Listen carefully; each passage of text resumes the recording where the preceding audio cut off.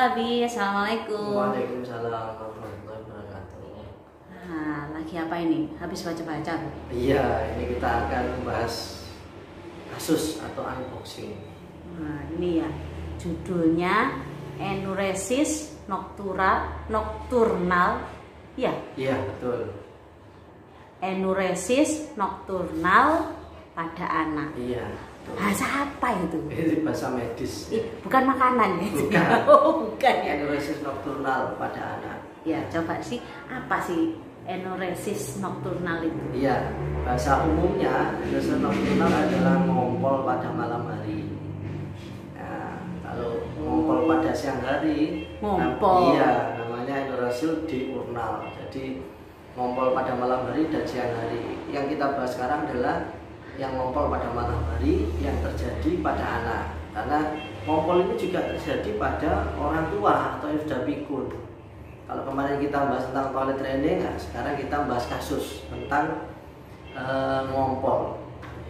Ngompol di malam hari. Iya, yang terjadi pada anak, bukan pada orang tua.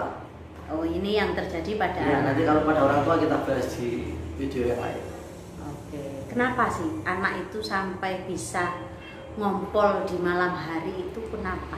Iya, kasus yang pernah saya tangani untuk anak yang mengalami permasalahan ini itu biasanya kita lihat dulu hasil diagnosa atau observasi psikologisnya.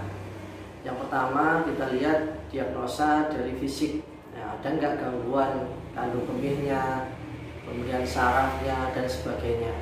Kalau dia general check up tidak ada masalah, maka yang selanjutnya yang kita bahas hari ini adalah gangguan secara psikis. Nah, biasanya gangguan tersebut disebabkan oleh rasa cemas, kemudian rasa takut, gelisah, gundah gulana pada anak, ya kan?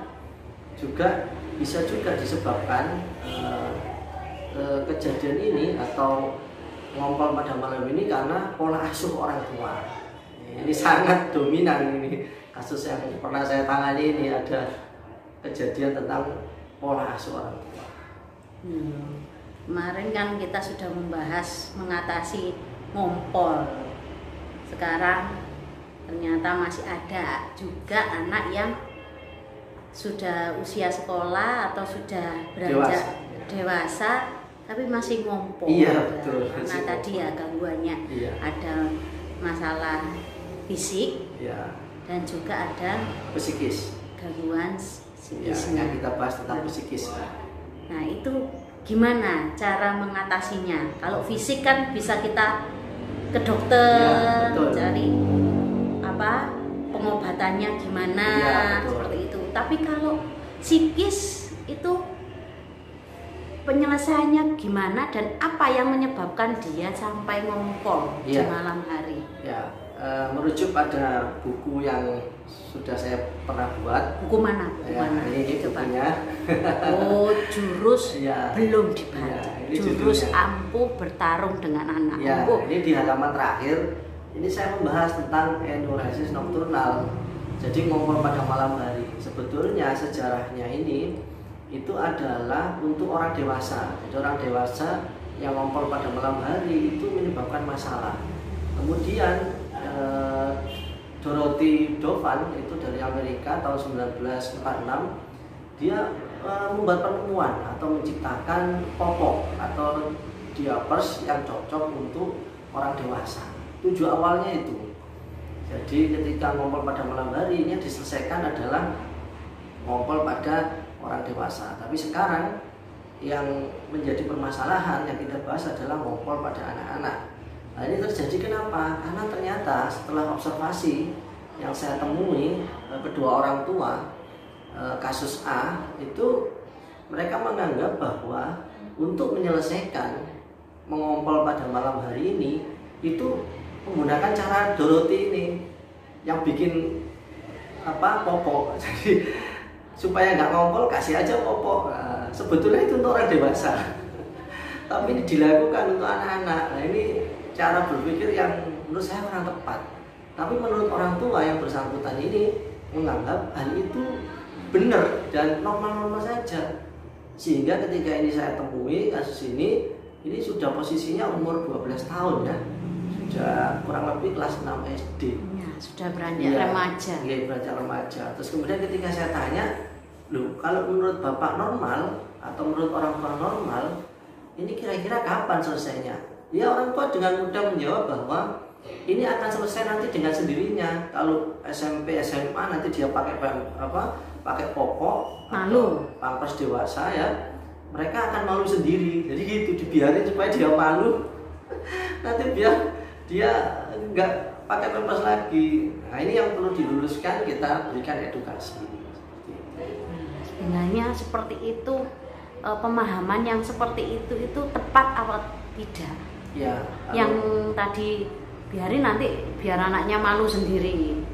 Karena memang kalau dalam tanda kutip ya, kalau usia seperti itu harusnya itu sudah tuntas masalah ngompol itu. Betul sekali.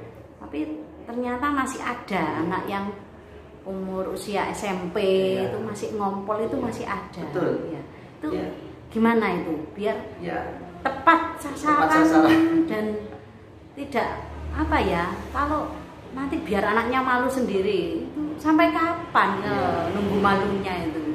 Kasihan juga. Jadi kita berikan edukasi ke orang tua bahwa bersuci atau toharo atau istinja itu penting. Nah, kita kan bahas ngompol, kencing, nanti kita bahas berak, buang air besar, BAB, sama buang air kecil. Yang kita bahas ini adalah buang air kecil ya.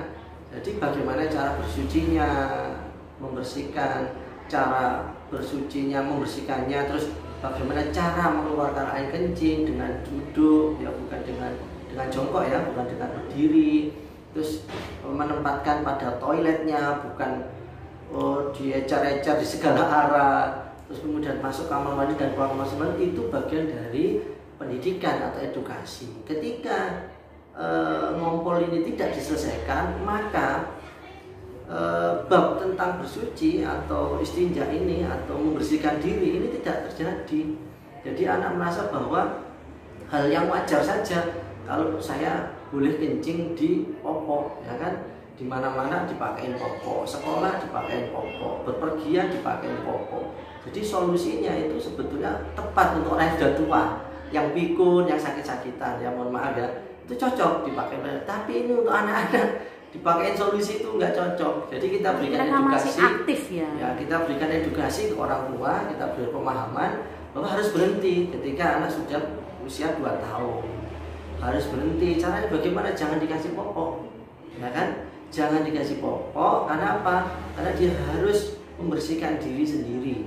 Kalau anak sudah bisa membersihkan diri sendiri, maka percaya dirinya akan tumbuh, ya kan? Dia akan mandiri, punya tanggung jawab dan lain sebagainya. Itu nanti goal dari ketika kita mengajari anak atau mengedukasi anak supaya tidak terbiasa memakai popok. Jadi ini permasalahannya yang pernah saya tangani adalah pola asuh atau persepsi orang tua yang menganggap bahwa solusi untuk anak ngompol di malam hari itu dengan memberikan popok dewasa. Itu tadi sudah solusinya. Iya. Sekarang penyebabnya apa? Sehingga secara psikis itu biasanya kebanyakan itu penyebabnya gara-gara apa? Iya. Sampai anak ngompol. Iya, pertama tadi kan saya sebutkan ada pola asuh dari orang tua. Pola asuh ini membentuk pembiasaan. Pembiasaannya ini akhirnya ditangkap oleh anak bahwa oh kalau saya ngompol ternyata nggak apa-apa ya. Nah, ini membentuk kebiasaan.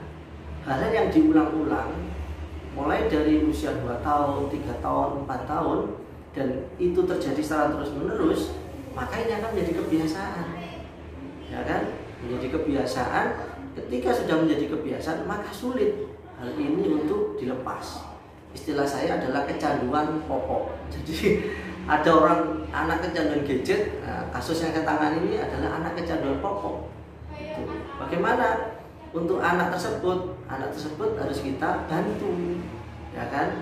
Saya bantu untuk saya berikan penjelasan bahwa kencing atau buang air kecil itu yang terbaik adalah di kamar mandi pada tempatnya, masuk ke toilet dengan duduk atau jongkok, ya, bukan kencing di popok atau kencing di diapers dewasa, bukan.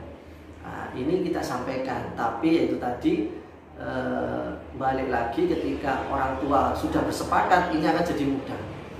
Jadi diagnosa ini ketika saya sudah kumpulkan menjadi sebuah kesimpulan, maka saya sampaikan ke orang tua. Ketika orang tua sudah paham dan sudah mau mengerti, maka yang selanjutnya adalah kita terapkan ke anak. Ketika ini diterapkan dengan anak dan dijaga secara disiplin oleh orang tua, maka mereka akan tuntas ngompolnya. Jadi mereka tidak akan kecanduan sama popok dewasa, tapi mereka akan tuntas dengan melepas popok itu karena itu sudah membahayakan baik dari sisi kesehatan maupun dari sisi psikis, yang saya sebutkan tadi, banyak jamur, banyak kotoran dan seterusnya. Selain pola asuh ada nggak permasalahan lainnya? Kalau permasalahannya ada juga masalah kecemasan, tapi nanti kita bahas di video berikutnya. Kali ini kita bahas tentang pola asuh saja. Jadi mindset atau pikiran orang tua bahwa menganggap anak memakai pampers sampai usia 12 tahun itu hal yang normal, itu harus kita jelaskan bahwa itu adalah hal yang tidak normal. Seperti itu. Sudah ya, kayaknya cukup sekian. Iya. Untuk detailnya nanti bisa download ya di e-book. Iya, di e-book yang ada di video pertama episode 1, atau kalau mau buku fisiknya itu bisa WA untuk order, nanti tinggal nanti ongkos kirimnya saja. Ya. Ini detail, ada terapinya juga di sini. Oke Abi, mungkin cukup sekian ya, semoga Iya. bermanfaat Alhamdulillah untuk yang lainnya. untuk keluarga-keluarga baru. Iya, betul. Oke, terima kasih Abi. Assalamualaikum. Waalaikumsalam.